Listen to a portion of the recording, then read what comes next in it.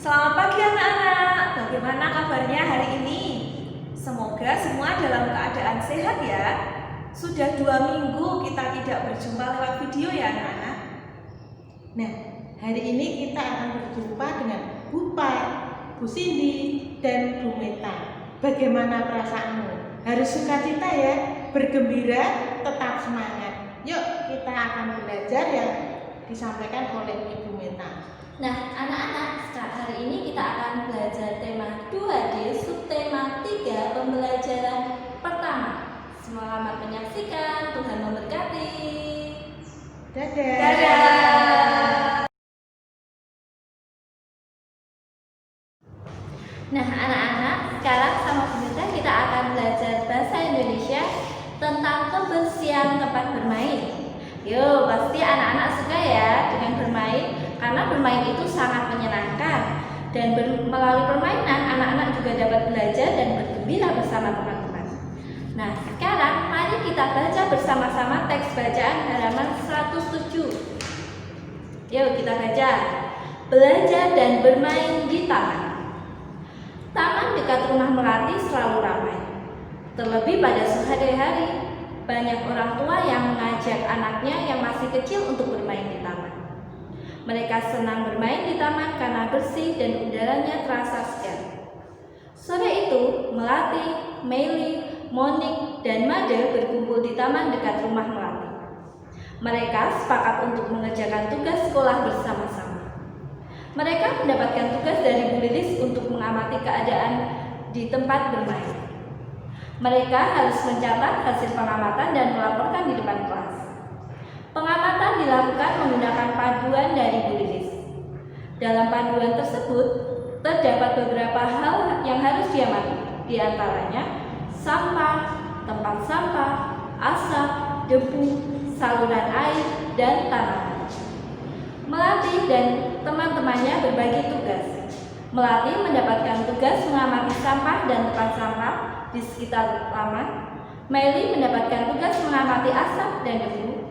Made bertugas mengamati saluran air, sedangkan Monik mendapatkan tugas mengamati tanaman yang ada di sekitar taman. Nah, kelanjutannya anak-anak baca sendiri ya. Sekarang, ayo kita buka halaman 109.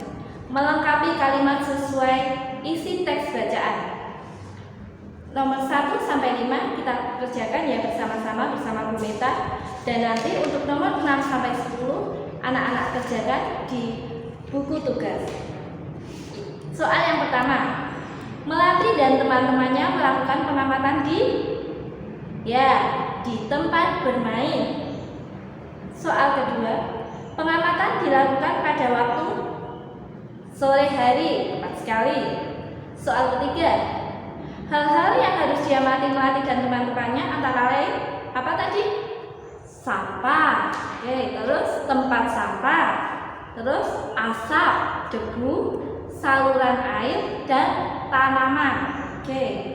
Nah, soal nomor 4. Tugas Melati adalah mengamati sampah dan tempat sampah yang ada di sekitar tanaman.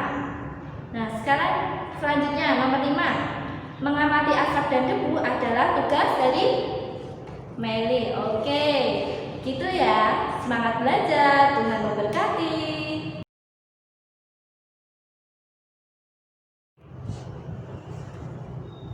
Nah anak-anak, di subtema 2 kemarin anak-anak sudah belajar tentang contoh pelanggaran tata tertib. Nah sekarang kita akan belajar akibat dari melanggar tata tertib. Contohnya, ada seorang anak yang membuang sampah sembarangan di sebuah taman. Itu merupakan tindakan melanggar tata tertib ya. Kira-kira akibatnya apa? Ya, lingkungan menjadi kotor, bisa terjadi bencana. Kemudian akibat melanggar tata tertib di sekolah atau di kelas apa saja? Yang pertama, bisa saja mendapatkan nilai yang kurang memuaskan karena tidak memperhatikan guru. Kemudian tidak dapat belajar dengan baik karena saat dijelaskan ngobrol dengan teman sebangku atau teman yang lainnya. Dan yang terakhir, ditegur oleh guru karena misalnya datang terlambat, seragamnya tidak sesuai jadwal dan yang lainnya. Nah, tugas anak-anak silahkan mengerjakan halaman 112. Di halaman 112 ada tabel. Silahkan mengerjakan tentang contoh pelanggaran dan apa saja akibatnya. Selamat belajar.